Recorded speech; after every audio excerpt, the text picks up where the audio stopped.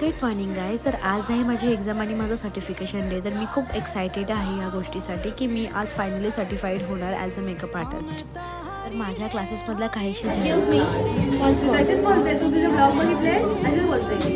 आज हम जा रहे हैं मार्केट प्रॉफिट. आज मैं जा रही हूँ प्रॉफिट मार्केट और आप देख सकते हो मेरे और मेरे साथ जा रही है मेरी फ्रेंड.